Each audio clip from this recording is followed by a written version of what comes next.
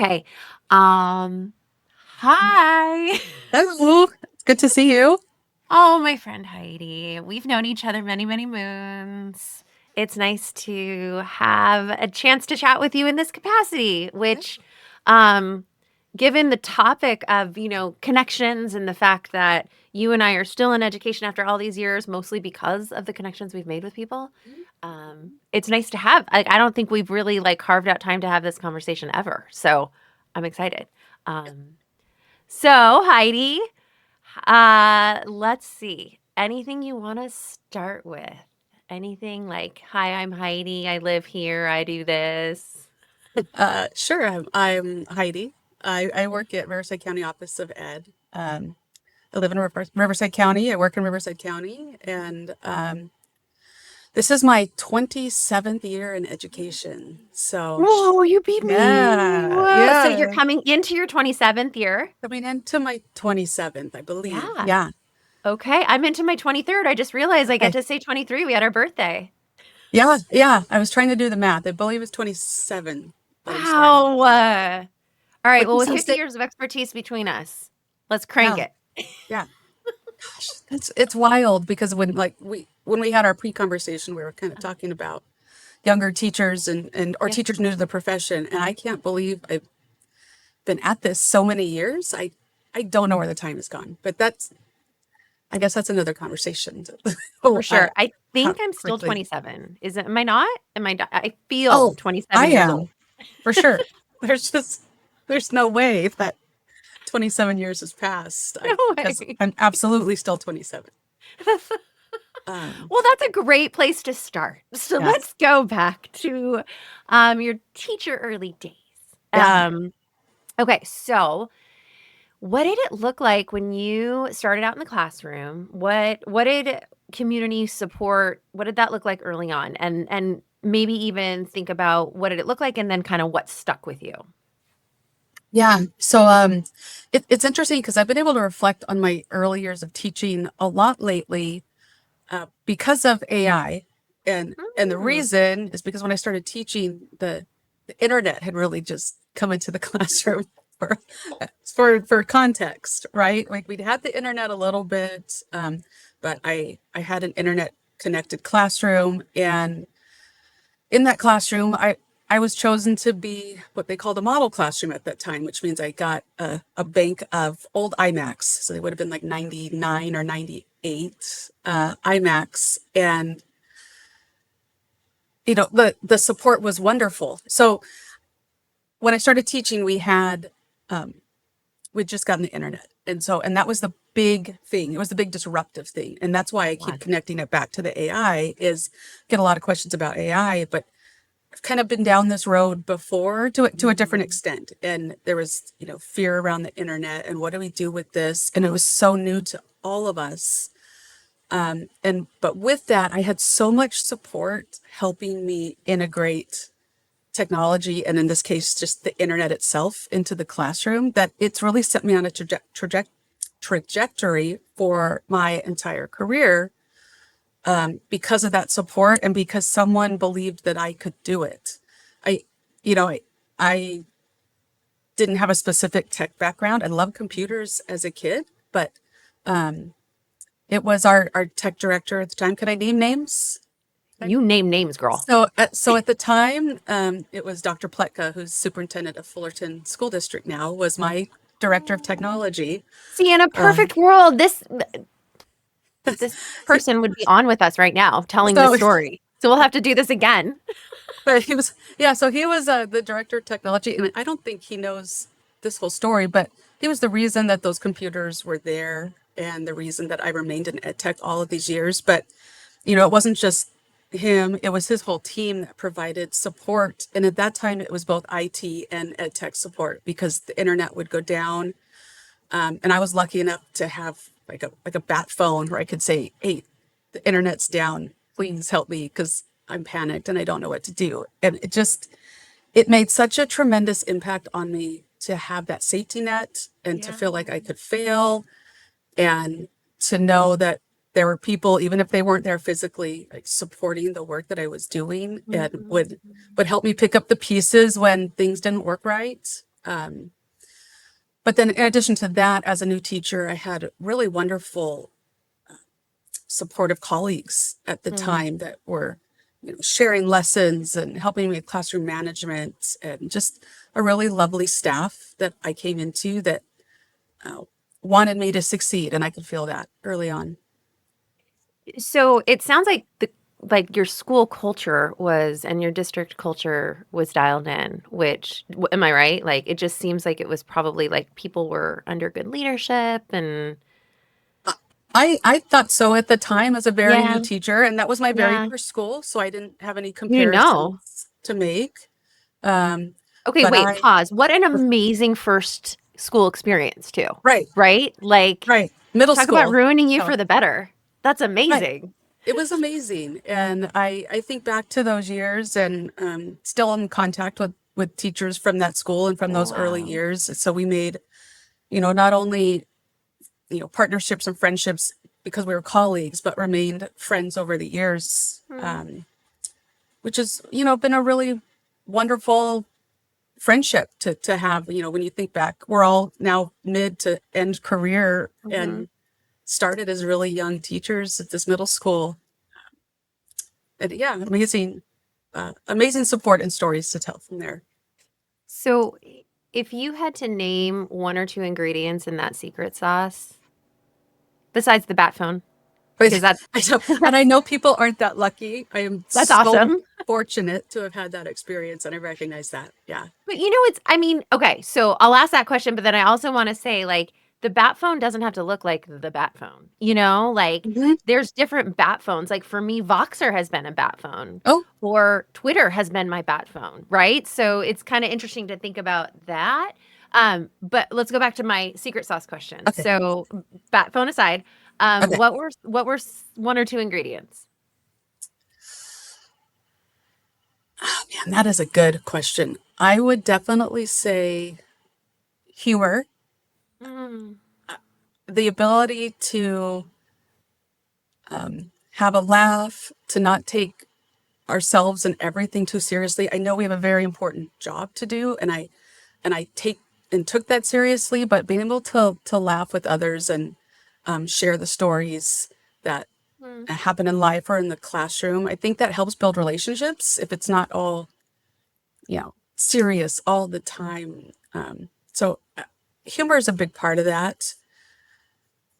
And I think secret ingredient, that willingness to share resources or practices is key. And for me, or maybe for others, that sounds obvious, but that mm, wasn't always the case in all on all teams or in all schools where people are willing to share what they're doing.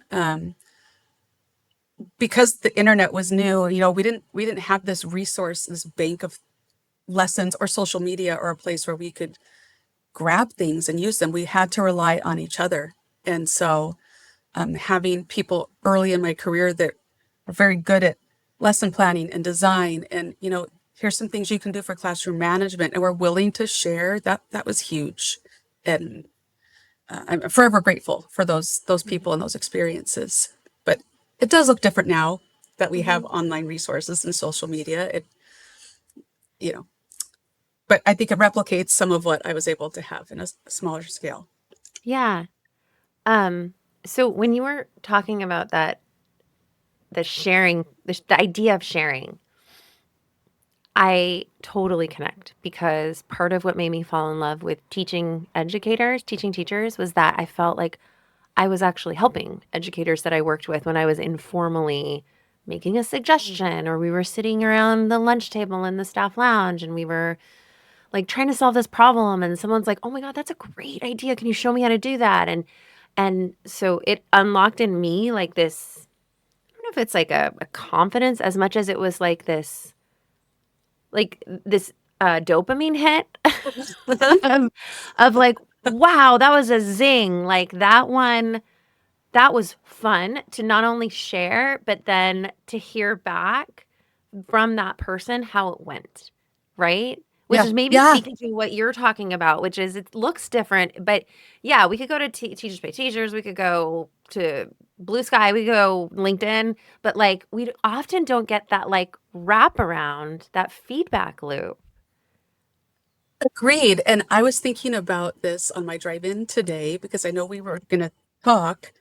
And I was thinking about some of the educators that I work with, whether they're classroom teachers or administrators, and how grateful I am to the ones that share with me their experiences, that tell me that something was successful or tell me something that they're doing in their classroom that's super cool because I don't get that feedback like I used to. You know, if I'm not on a campus, I don't get to see it. So I absolutely love hearing from educators that something is working well or a resource that they've discovered is working well.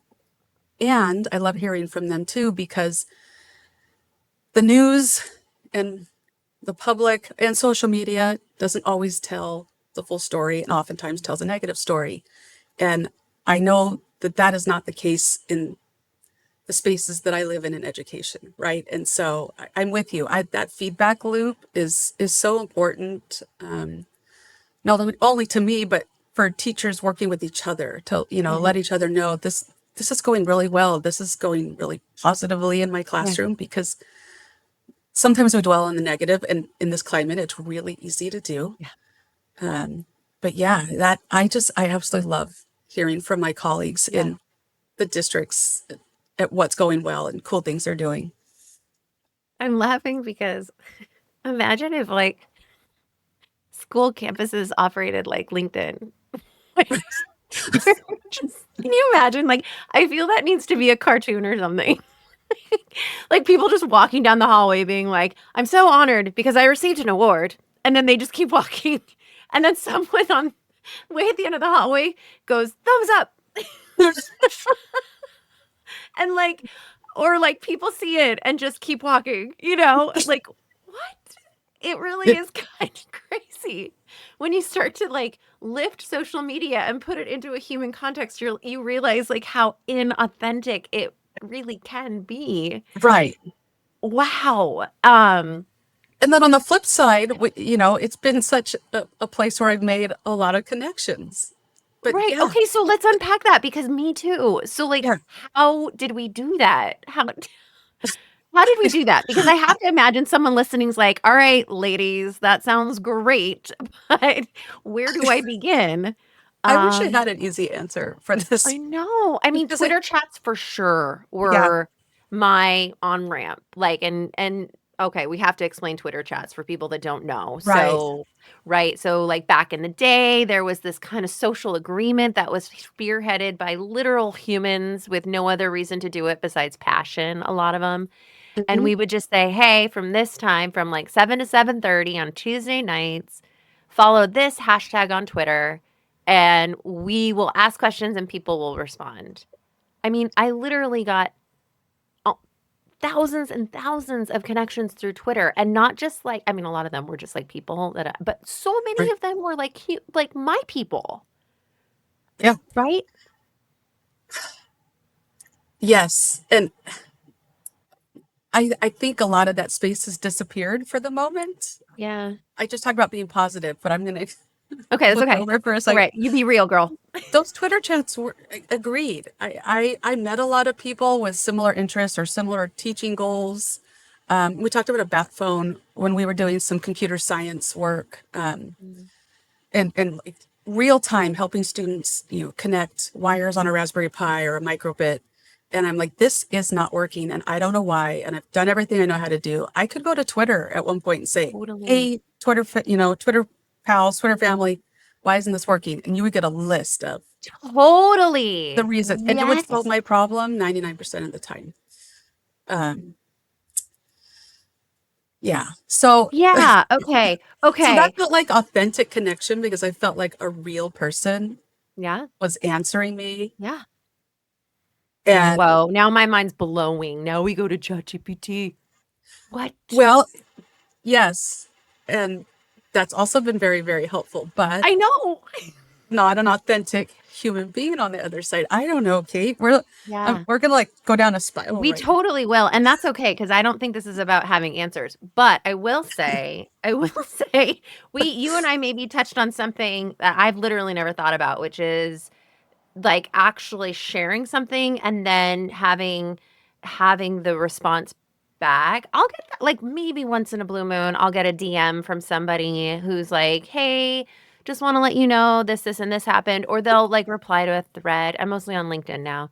Hmm. Um, but it wasn't like a weekly connection that we had through those Twitter chats where I was like, "Oh, hey, Tom, like, how did that end up going last week?" And then sometimes we would take it to Voxer and this and that. It also sounds really busy. Like, I don't know if I could like sustain that level of connected educator life right now. Could you? Anymore, right? No, I have cut back on my social media a Mm-hmm. lot. I am on LinkedIn, but Mm-hmm. more in a formal sense, if you call it formal. I don't engage a whole lot. I don't have um, conversations the way I would have on Twitter. That would have been public. Yeah. Um, I don't know if I can really list the reasons why, other than like so many, maybe a general exhaustion of the media. I just I find I think that's myself huge. wanting to tune out a lot more than I used to. Maybe that's age. Maybe Hmm. that's, I mean, you're only where I'm 27. right. So confused. Maybe, maybe that's just the time, maybe it's the time of career, maybe it's the time of life. Maybe Yeah. it's a combination of things that I feel like in the last year or two, Uh-huh. particularly since Twitter has Yeah, changed. totally. There was I always just, like that I thought in my mind of like, okay, well, Twitter's still there. And then for me, it's not. yeah, It's not really anymore. right. Well, also, and I'll say this, what people don't know about you is how wildly connected you are as a in person, as an IRL person in your job right now. Like you're leading statewide initiatives, countywide initiatives, like you're with a bunch of humans all the time. And it's almost like think back to when that was our lifeline. We were relatively siloed in our classrooms or school Hmm. sites, and we needed the expertise of this network. And now you've kind of unlocked a different level of educator impact and connection. I don't know. What do you think about that? I will agree that I, because With an asterisk.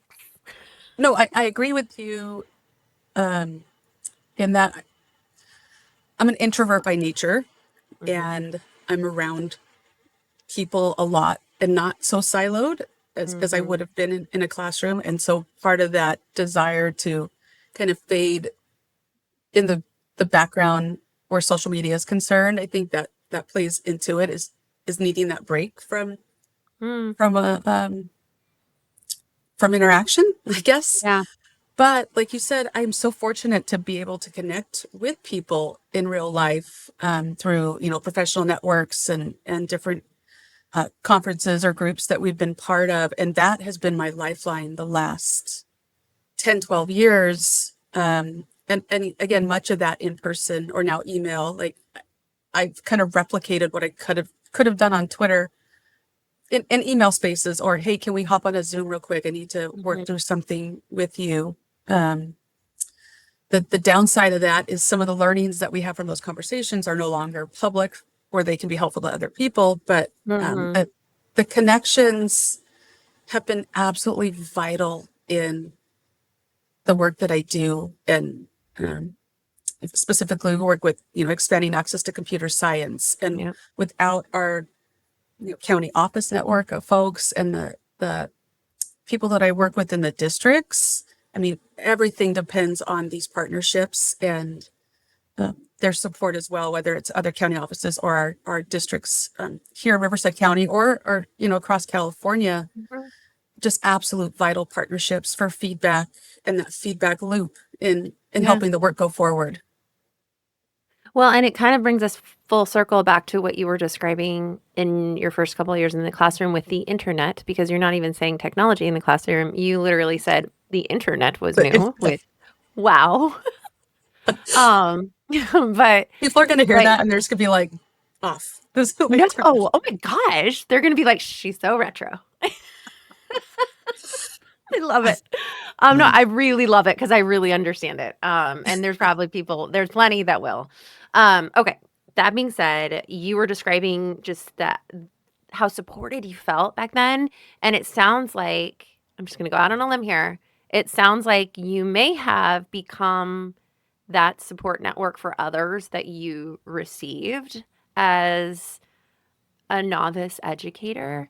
And if that's the case, um, like, can you think of a time in which, like, you felt that, like, living out? Like, a moment where you were like, "Wow, I helped her and I got feedback," and I mean, I don't have to force this question, by the way. You can also just say whatever you wanna say. That's, that's a really good question. I don't know if I can put my finger on either the time I felt that. I could probably think of some examples, but Yeah. I hadn't really thought about it until you said that. I That's what I enjoy the most is supporting educators and students in getting the resources, support, the advocacy, whatever it is they need to be successful in their classrooms. And I hadn't directly connected it back to my experiences, but that was just, you're right. That was so valuable to me that Mhm. here we are 27 years later, and I'm still thinking about those days in that classroom and how supported I felt. And if I hope I've done that for other people. You've done it for me. That would be that would be like amazingly validating to know. Yeah. Thank you, to know that that's been helpful. Because yeah, that's really my whole role is to help Yeah. teachers help students. And Mhm. Mhm. you, I I hope to not put those on. Sometimes when I'm like planning an event or sending an Mm. email, like I really hope that this invite or this request comes the way that it's intended as Mhm. a means of support and not let me put one more thing on your plate, because I do try to be really cognizant of that before I send something or a request to teachers or administrators. But yeah, that definitely drives me and drives my work when we talked about the feedback loop. When I have Mhm. feedback that something is working or something was valuable, or that something can make a change for students, it, there's education in some places have looked the same for a very long time, and there is a need to make a shift for students for a variety of reasons that we could unpack in another podcast. And when I see those changes happening, and I know that they are, it's so inspiring and fulfilling from the seat that I sit in to see those changes being made for students because they're out there and we don't hear those stories enough. Nope. And I mean, I know teachers that are going back to school this week and they did amazing things last year and they worked so hard to make sure their students have a different experience than they had or an experience that's relevant to today's students. And they get very little rest. The summer, we all know for summer for teachers is not rest and relaxation and partying, right? They work so hard to get ready for the next year so that they can give everything they have to the new crop of students. And Mhm. I'm really appreciative of that work and what I can do to support it and to lighten that load is always my goal. Um, I feel like you're the one answering the bat phone now. Is that crazy? I Well, think I think you might be. I don't, I don't, I don't know. Um, Well, maybe not the exact but same bat phone. Let's maybe call it not the the same Catwoman. background. Let's call it the Catwoman phone. I, what, like, I do try. I do try to be Yeah. supportive and helpful with whatever it is that people need. And if I can't provide what they need, or then Mhm. I try to let them know I'd love to do that, but I can't. But where I can, try to find the resources. I try to find the funding. I try to find the supplies, anything that I can do to make sure they have what they need. You know. Well, and what's really unique about specifically, we haven't talked about the fact that your role is very, like, dependent upon hard tech resources, like a lot of the work you're doing with computer science and esports, requires subscriptions to software and requires materials and spaces and reimagining learning outcomes, like beyond just written on paper, like actually getting teachers trained up on hardware that they don't even know. Well, And you live and I want to say yeah.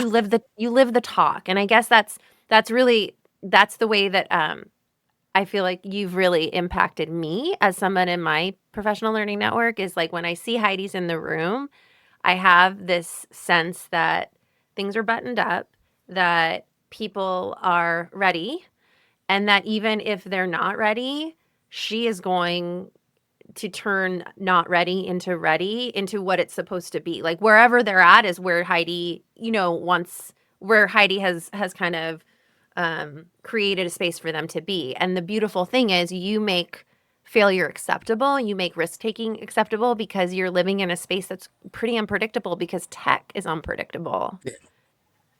So I've never had a chance to tell you that, but that Well, is truly how I feel when you're in the room. you're going to make me teary today. Well, give me a But minute. so I appreciate that because I do try to make those learning experiences accessible no matter where you are. And yeah, I've really, I'm going to say grown up. I've really grown up in the teaching profession with permission to fail. And I can't speak for every educator. Stakes have been so high over the last few years, and criticism so easily dealt out, that I feel like it's a complete conjecture, but I feel like it must be hard to feel like you can fail right now with Mm, with just the state of the world and mhm. the pressure on educators. And so I appreciate that. It is okay to fail because you can circle back and do it again. Totally. There's very few things in life that can't be fixed or relearned, or Mm. very few. I could do a different podcast on the things that can't, but it I feel like you just booked yourself 4 more times on this right. podcast. But really in life, and especially in the classroom, there's a lot of things you can fix. I know you're on a time schedule. I know you're on a pacing guide, but you know, we can relearn, we can redo that lesson, Yep. we can apologize to a student if we snapped. I had those Yeah. days as well.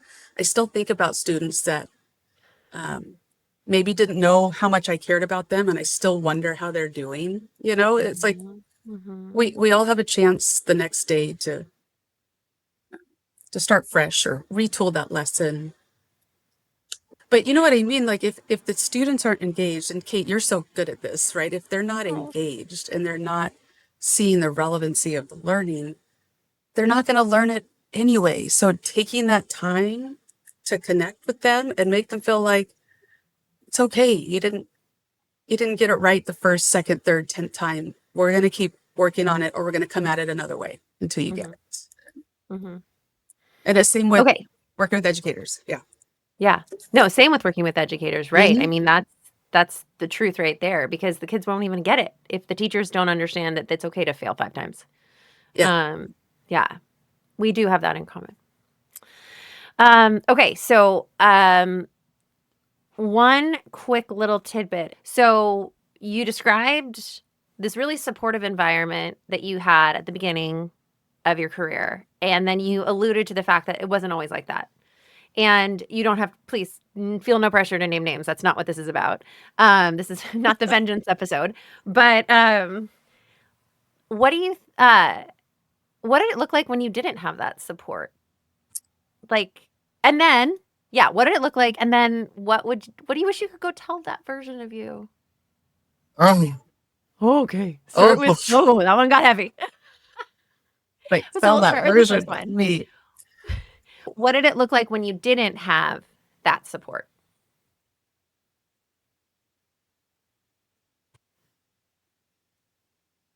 It felt like chaos when I didn't Mm, have that sort of support. And as I've been talking to you and reflecting on where I was in different parts of my personal life in relationship to how I felt in these different situations, right? Different roles and different situations. I think back um, to just feeling like I was constantly at a loss of either what I was supposed to do, what I was supposed to be doing exactly, or like we said a few minutes ago, like how do I fix this issue? Like I kind of just felt like I was on an island and left to just figure things out. And maybe that's shaped me to where I am today, because one of the things I love best about my work is solving problems. We often encounter things that don't have an answer, or